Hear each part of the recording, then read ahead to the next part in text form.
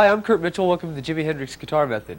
In this lesson we're going to cover Jimi Hendrix's style of playing, from his rhythms to his leads. And we're going to take the old stuff, the first 3 albums in this particular lesson. We're going to start by tuning our guitars. I'm going to tune half a step down. So if you have a tuner, go ahead and tune 1/2 step down your whole guitar, because most of the stuff that Jimi played was half step down. And if you don't have a tuner, I'm going to give you an A or open 5th string. You tune your guitar to that A and come back and check it with me. We should be in tune. Let's get started.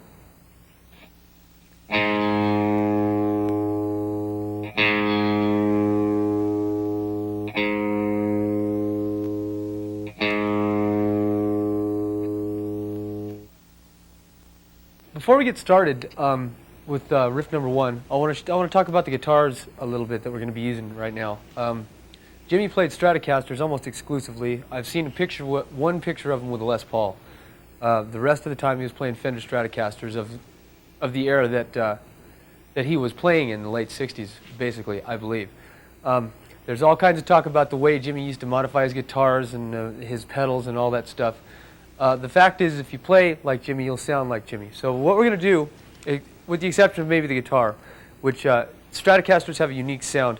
This is a reissue of a Fender Strat that hasn't been modified at all. And you'll notice it has a volume knob and 2 tone knobs and a pickup selector. Now the reason this is important is because you take the tone knobs and you can turn the tone down on the middle pickup. And when you do that, you get this sound of him doing his toggle switch thing.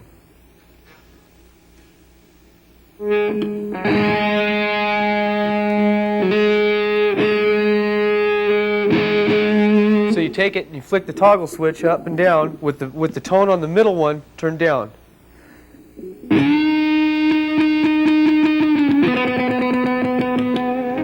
And that's how you used to get that toggle switch thing happening. There's a tone knob for the middle pickup and the front pickup on Stratocasters when they come stock. There's 1,000 ways to wire them, and the Stratocaster has been the basis for all kinds of guitars since it even came out. So let me show you the guitar we're going to mainly be using. Like I said, this is a reissue.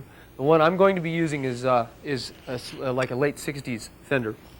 This guitar is the guitar that I use when I need a Stratocaster sound. This is a late 60s Stratocaster. I put 2 Fender Jaguar pickups in it, and this is a Stratocaster pickup. And I took out all the tone knobs and gave myself 1 knob for volume. And I still have the same, I've got a 5-position switch instead of a 3-position switch, which Jimi didn't use very much. Jimi basically used the front pickup and the back pickup, and the middle one didn't play a big role in his sound, I don't think. When you have a 5-position switch, you can get what's called an out-of-phase sound. Basically all it does is turn 2 of the pickups on at once. He didn't use that sound very much, so we won't get into it very much. I've also scalloped this neck because I got hooked on scalloped fretboards, and I can't play anything else now very well. So if you'll notice, I've scalloped the neck. You'll notice that what appears to be the frets being really high is the fact that I took a file and notched out between the frets, notched the wood out between the frets. I don't recommend you do this unless you really want to do this, because you can end up having to replace your whole fretboard and the frets. It can be a very expensive job, and the first one I did turned out really poorly. But I can't play with anything else now, so that's what I use. I want to talk about the saddles on the guitar. I've replaced these saddles with graphite saddles. I'm not sure that they're better or worse than the other ones, but what they don't have is they have these, the original Stratocasters have these little screws that stick up through these saddles that tear the meat of your hand off. And it's very difficult to play when all the meat of your hand's coming off. Also, I want to talk about the tremolo system in general. The tremolo system on the Stratocaster, the free-floating tremolo system that came on a Stratocaster originally, has a place for the strings to slip. Okay, so when you bend that bar down, it's going to slip on the saddle right here, and it slips through the nut up here. And what happens is you end up being out of tune, severely out of tune when you get done with the bar. Now I want to show you a guitar that I play now, the guitar that I've modified to the. It's like a Van Halen style guitar, in that it's a Stratocaster with a humbucking pickup. Let me show you that, and you'll see what the Stratocaster's evolved into today. Now this is my main guitar. This is the one I use, and this is what the Stratocaster's basically evolved into. Usually they only have 1 pickup or maybe a front pickup, but I kept the middle pickup because that's the out-of-phase sound I like. This switch turns that on and off. And I have a volume knob and no tone knobs. This guitar differs from the Stratocaster in that the neck is not radiused, it's flat, right? And I've scalloped this one also. And then there's also one major difference, and that is that it has a Floyd Rose clamp.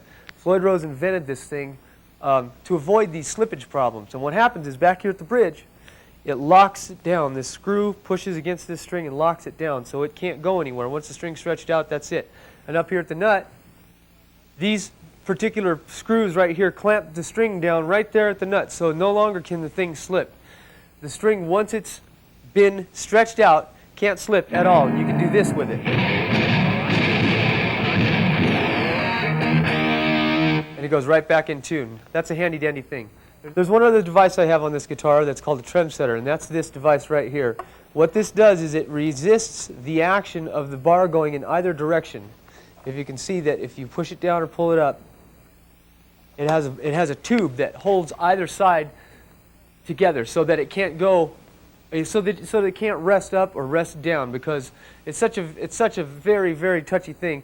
I used to have to play that black Stratocaster with the bar before I got a Floyd Rose clamp, and it took quite a bit of doing to keep it relatively in tune.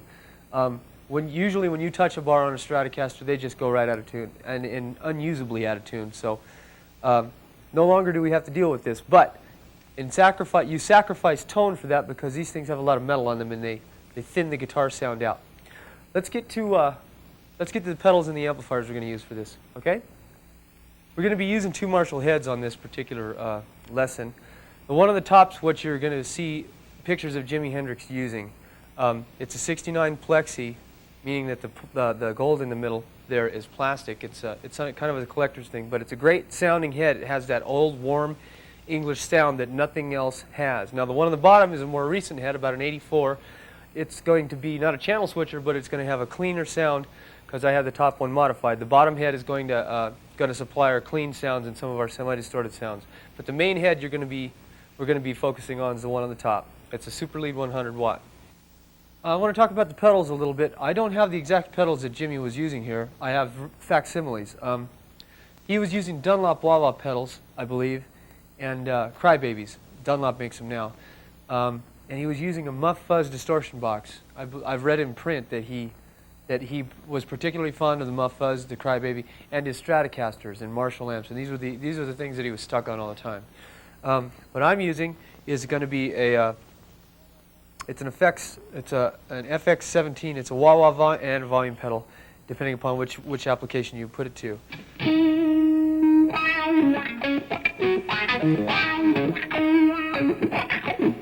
And the thing about it is you can adjust it.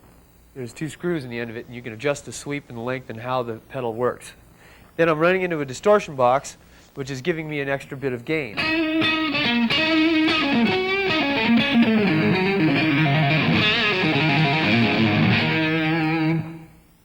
That's basically what we're going to be using for this lesson. I don't really have anything else plugged in. I got a little bit of chorus on the sound coming through the mixing console, and other than that, it's basically a stock sound. It's how you play the guitar, not what kind of equipment you play, that's going to make you sound like Jimi Hendrix.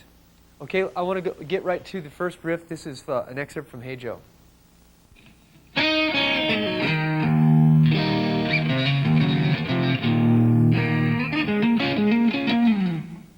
Once again.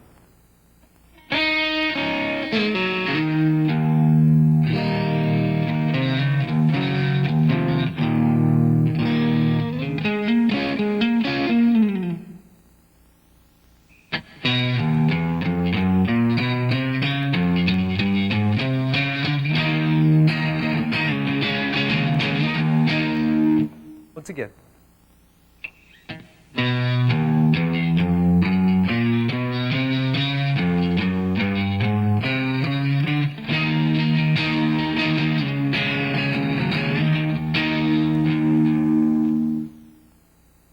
Here's riff number 3.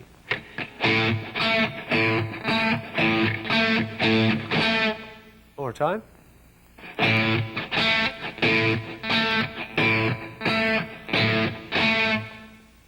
Here's riff number 4. These are both of them excerpts from Purple Haze. Riff number 4.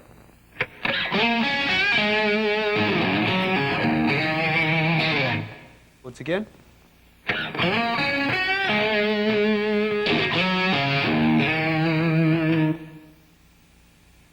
Here's riff number 5.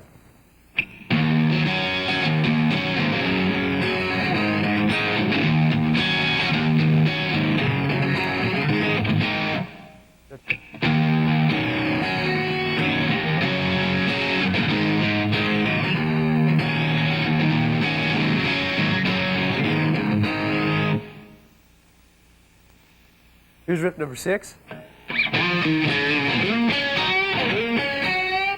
One more time.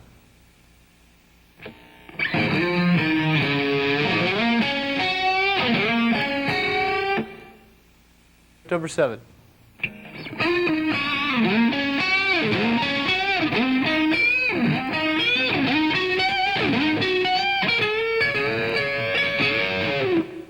Once again.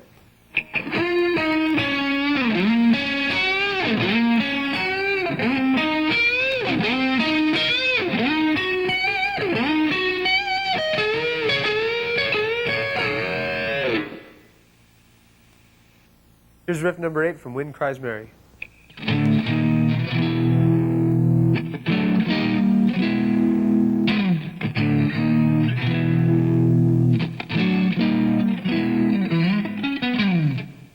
Once again.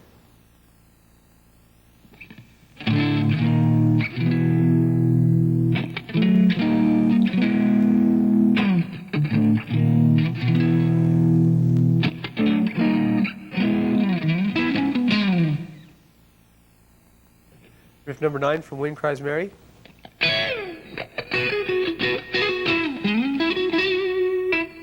Once again.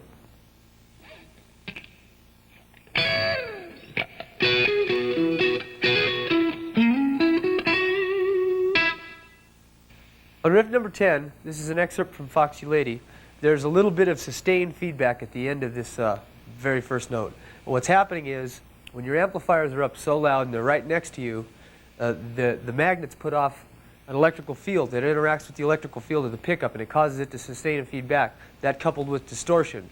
My cabinet's in an ISO booth right now, so I'm unable to get that sort of sustain when you're standing next to your amp and it's jacked up. If you get your amp, you crank it up and turn up the distortion, you'll get that type of effect. Let's go on. This is riff number 10.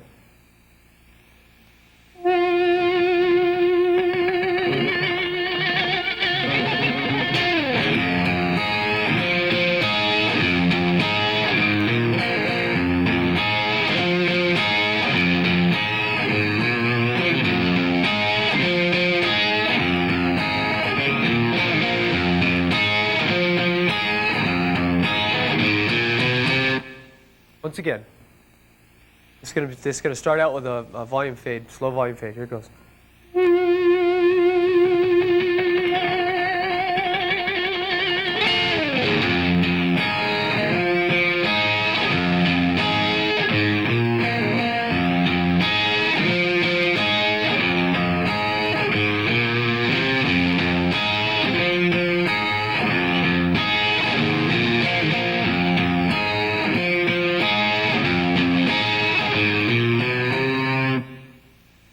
Here's section 11, A, B, C, and D.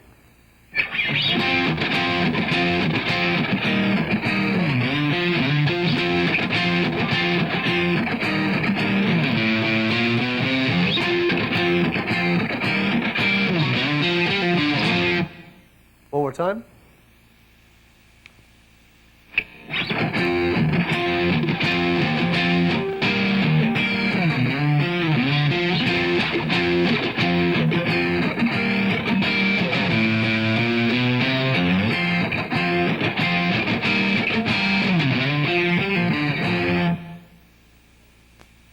Here's an excerpt from the solo. This is riff number 12.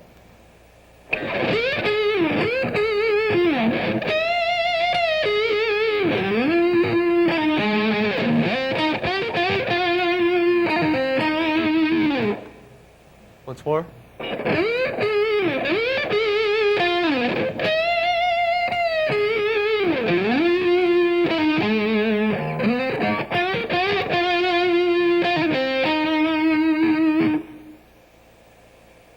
Number 13 is from Manic Depression.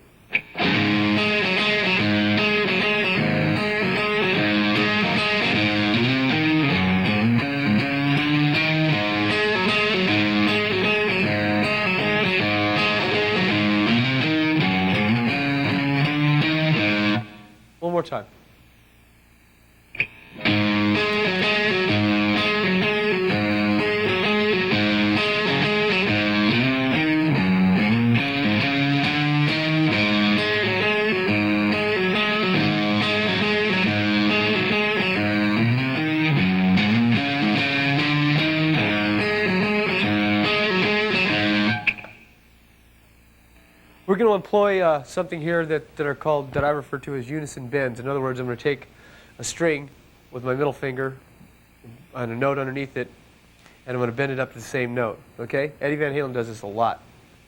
Let's do it. This is riff number 14.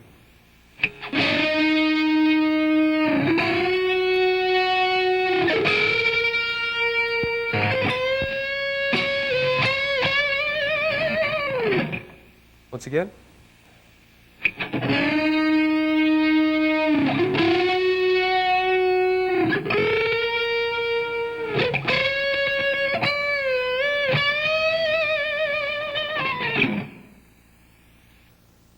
Riff 15 is from Red House. Here it is.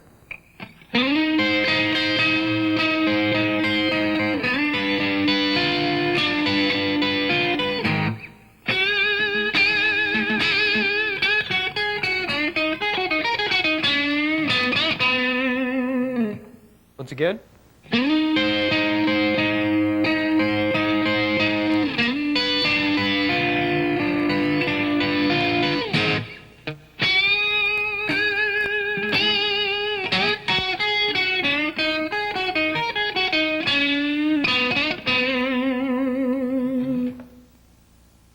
Here's riff 16.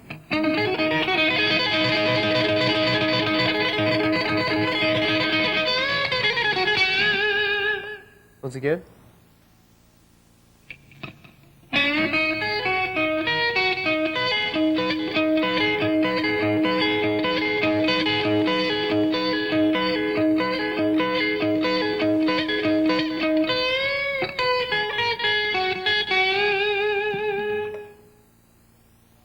Section 17 is going to use our switch. We have the treble turned off on our end pickup, our neck pickup. Here we go.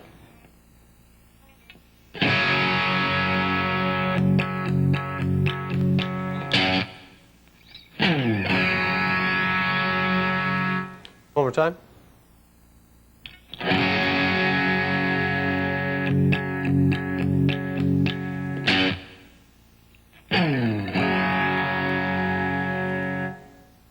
Here's another riff from Love and Confusion. This is number 18.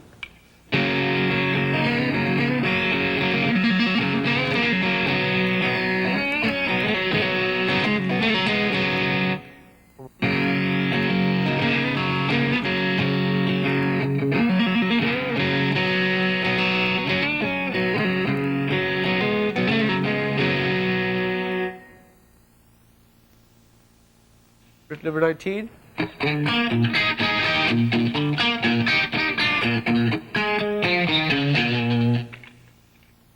Once again.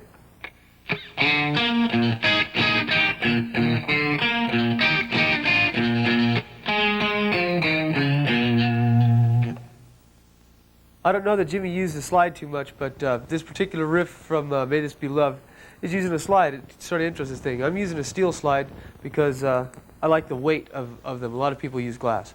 This is riff number 20. Here we go.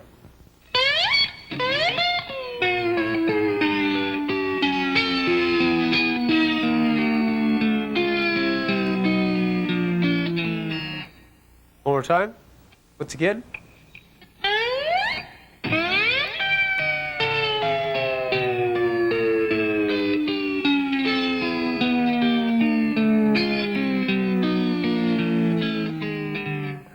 I know that's not a very good example of a slide riff. These things are supposed to be used for stuff like this.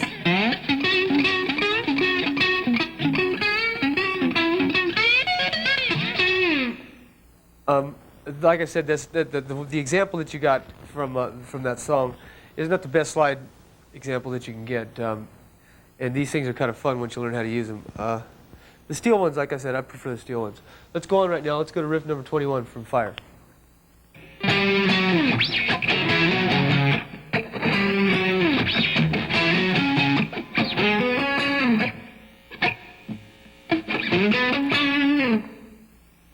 Once again.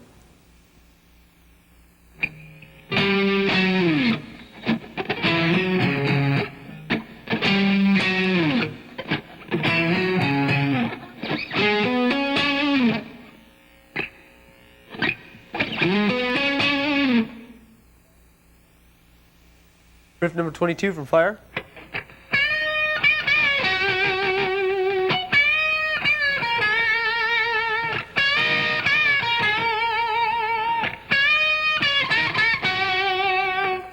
One more time.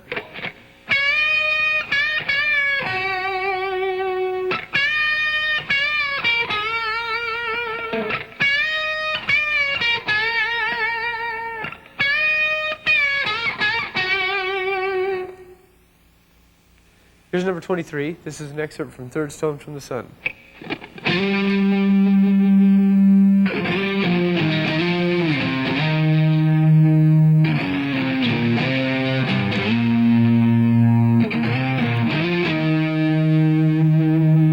Once again.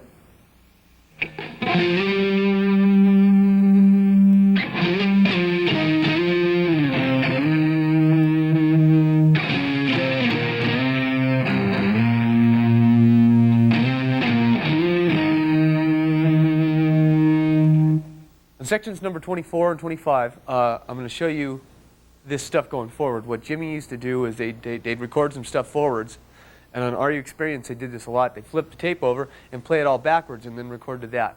So let me show you what it sounds like going backwards, because we have a forward track and we put some riffs on there, just me goofing around, and then flip the tape over and you can see what it sounds like. Check this out.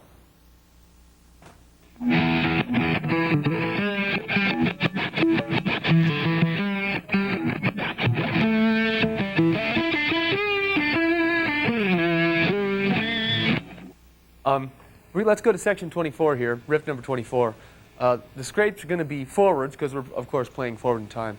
Jimi used to experiment with a lot of things. He used to have somebody tweaking his pedals all the time. Someone was always messing with his stuff, and he was always trying for sounds that other people couldn't achieve coming from his imagination, and he advanced guitar playing quite a ways in doing so. So let's go to number 24. This is part of Are You Experienced?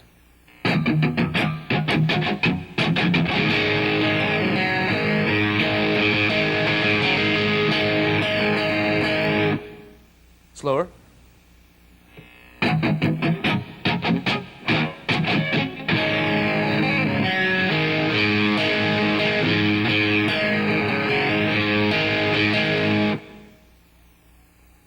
Number 25.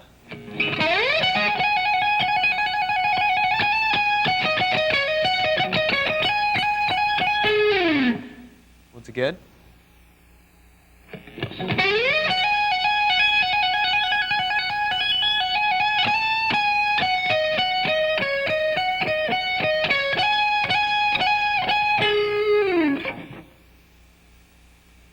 Here's number 26.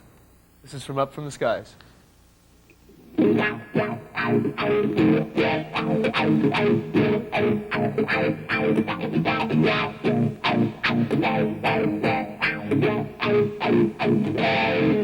One more time.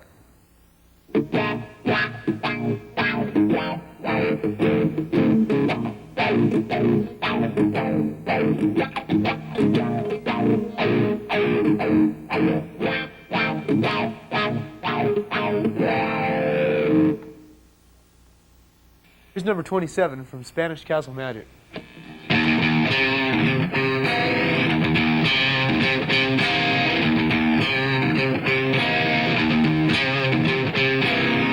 Once again.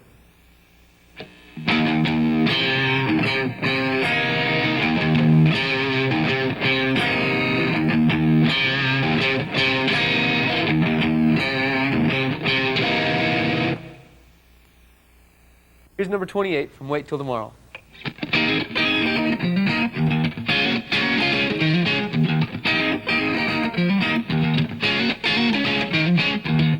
One more time.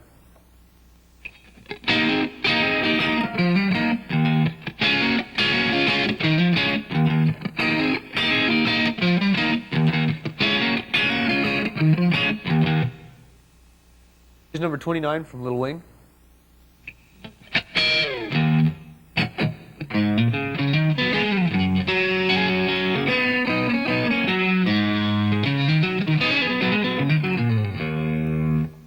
Once again.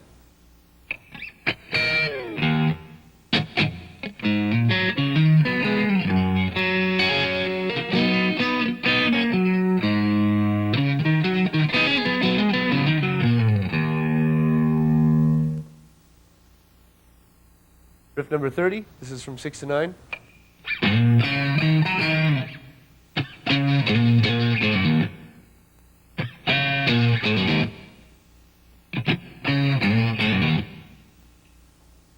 more time.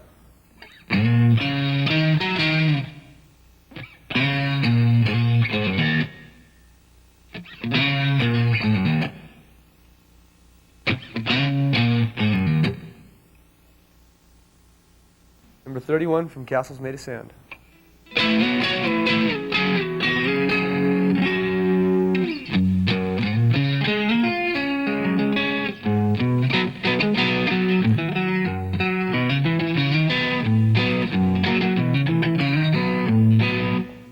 Once again.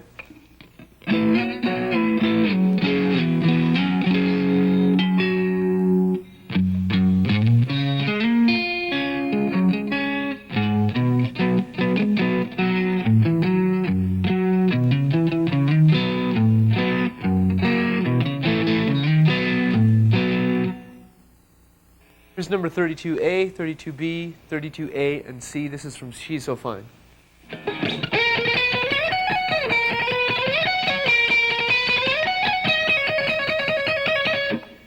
One more time.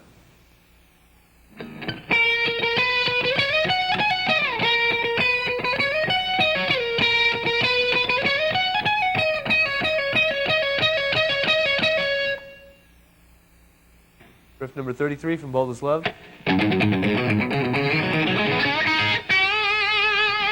One more time.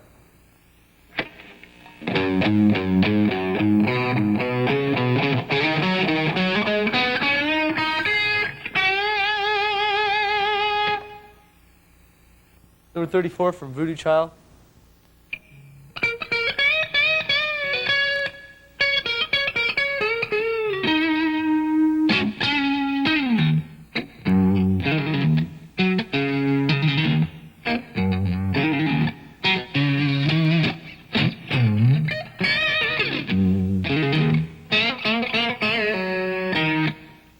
One more time.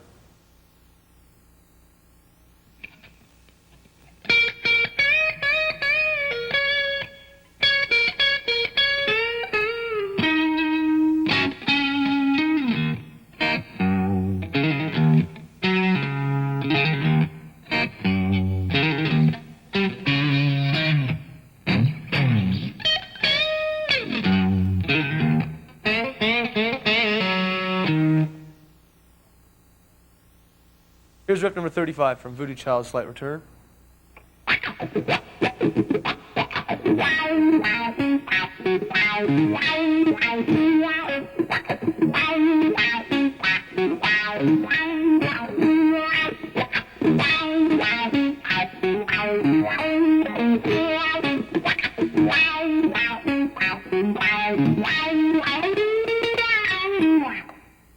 Once again.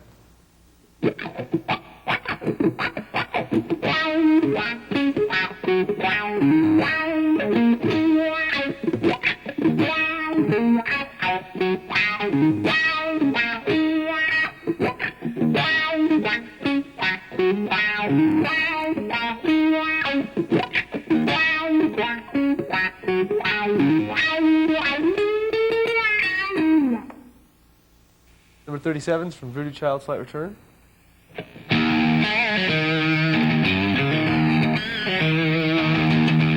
One more time.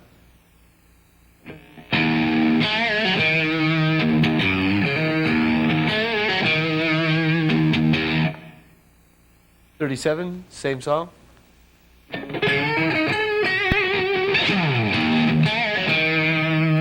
One more time.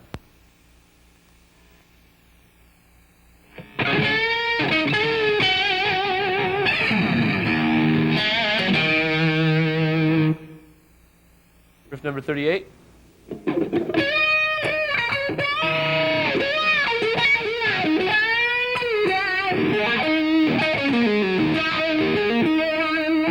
One more time.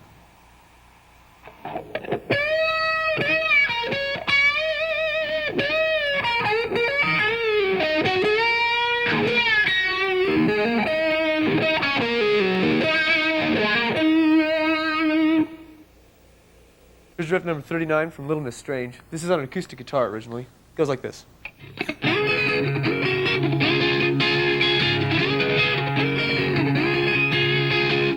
Once again.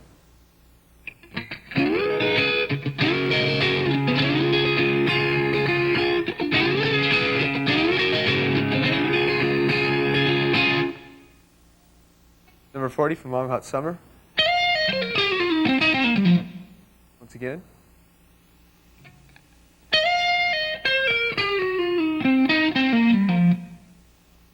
Here's riff number 41 from Gypsy Eyes. There's some pick slides going on over the top of this that would have been overdubbed, and it's almost impossible to play them together.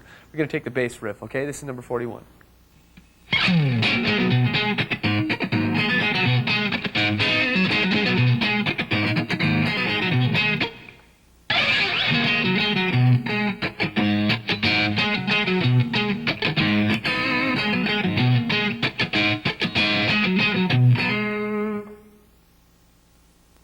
Riff number 42.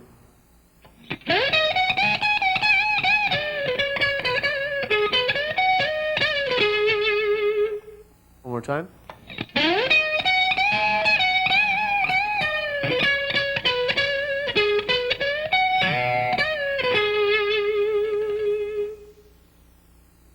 Here's riff number 43 from Burning of the Midnight Lamp.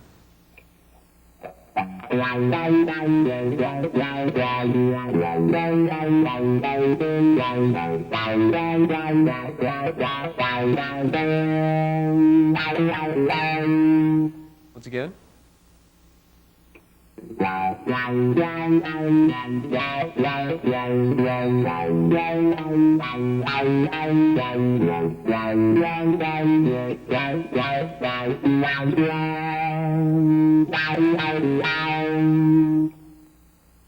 All you're doing with wah-wah pedal is rocking forward.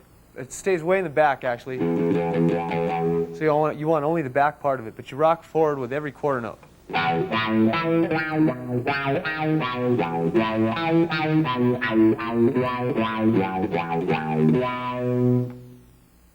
Here's riff number 44 from 1983.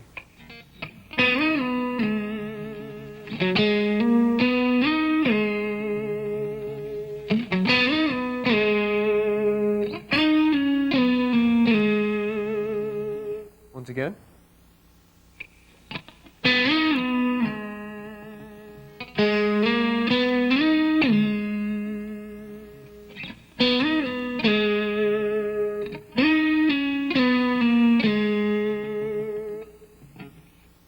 Riff number 45 from Still Rainin'.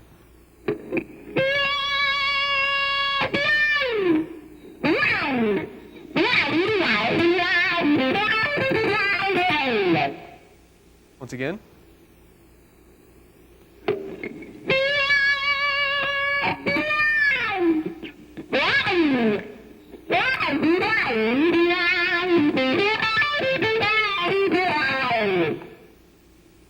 Here on riff number 46, we've inserted a flanger into our signal chain and used a delay that I have running through the mixer to put some delay on this. And this is a selection from The House is Burning Down. It's almost got it. They had a lot of compression on this sound, and it's hard to get that spinny sound. And when you stop playing, the sound beefs up like that. They did a lot of stuff in the mix down, too, on most of these songs. So let's get to number 46. This is what it sounds like without the flanger. And some delay. Here's what it sounds like with it.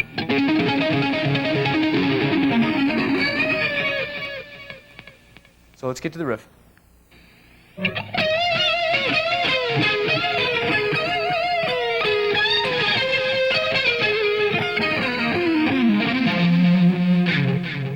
Once again.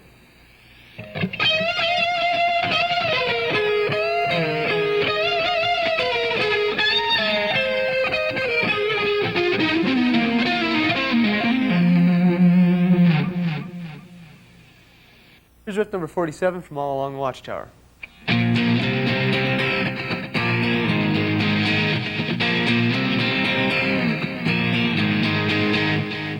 Once again.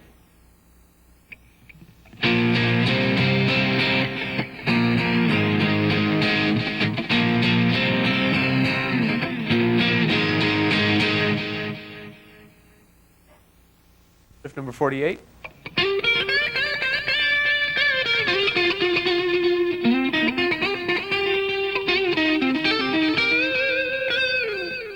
Once again.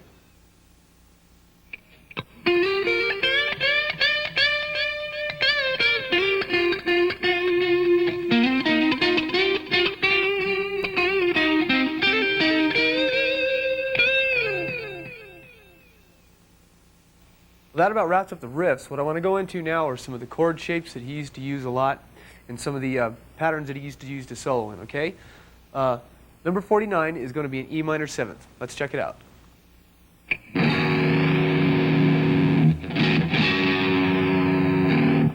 Here's an A minor 7th. It's got the same fingering, only down on the 5th fret.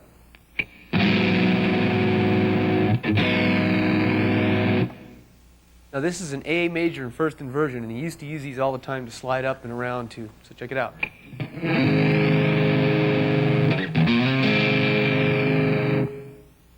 Same thing, only in B.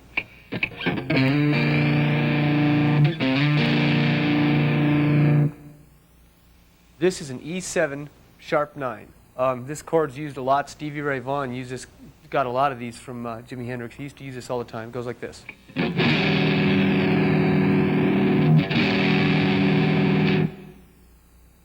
Same chord, only in B.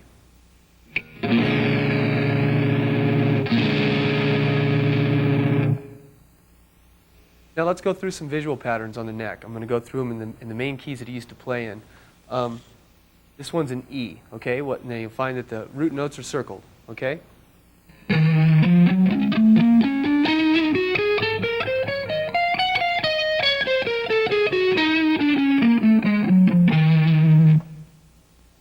Here's another one in E in what I would call 5th position. That's position number 1, the one we just covered. You'll notice that I'm emphasizing the root notes too. Here we go.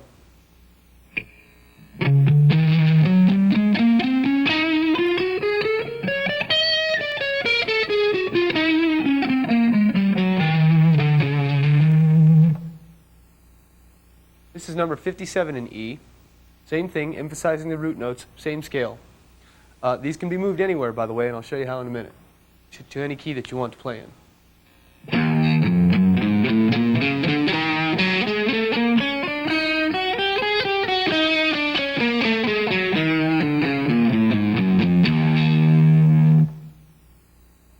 Here's number 58. Number 58 is also in E.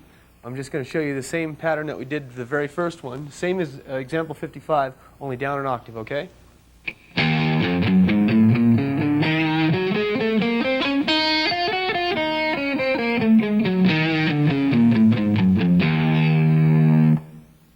The reason for me to show you that in both positions is because of these open string things.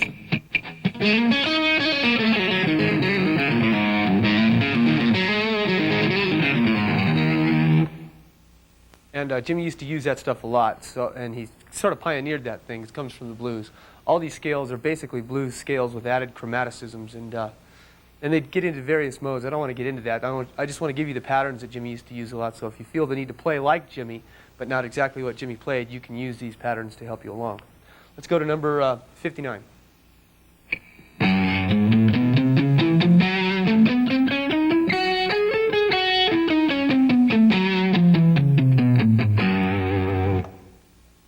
Now that was in G, the same position that I started with, and the same one I just played in E. Only this is in G, and the root notes, like I said, are circled. So you can slide your hand around on the guitar and play this scale and solo within this pattern in just about any. As a matter of fact, you can do it in any key you want to. So let's go to number 60. This would be an A, same pattern. Watch.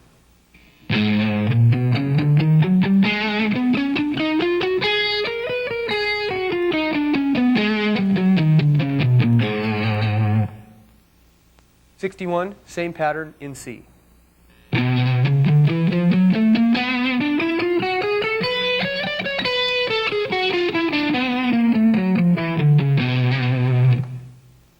Same pattern, number 62, in D.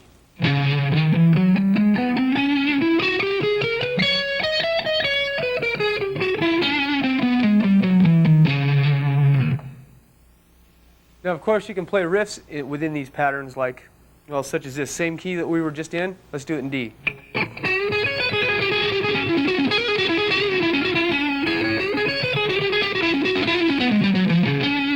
Well, that about wraps up this lesson. We had a lot of fun making it. It's always fun to pick out Jimi Hendrix.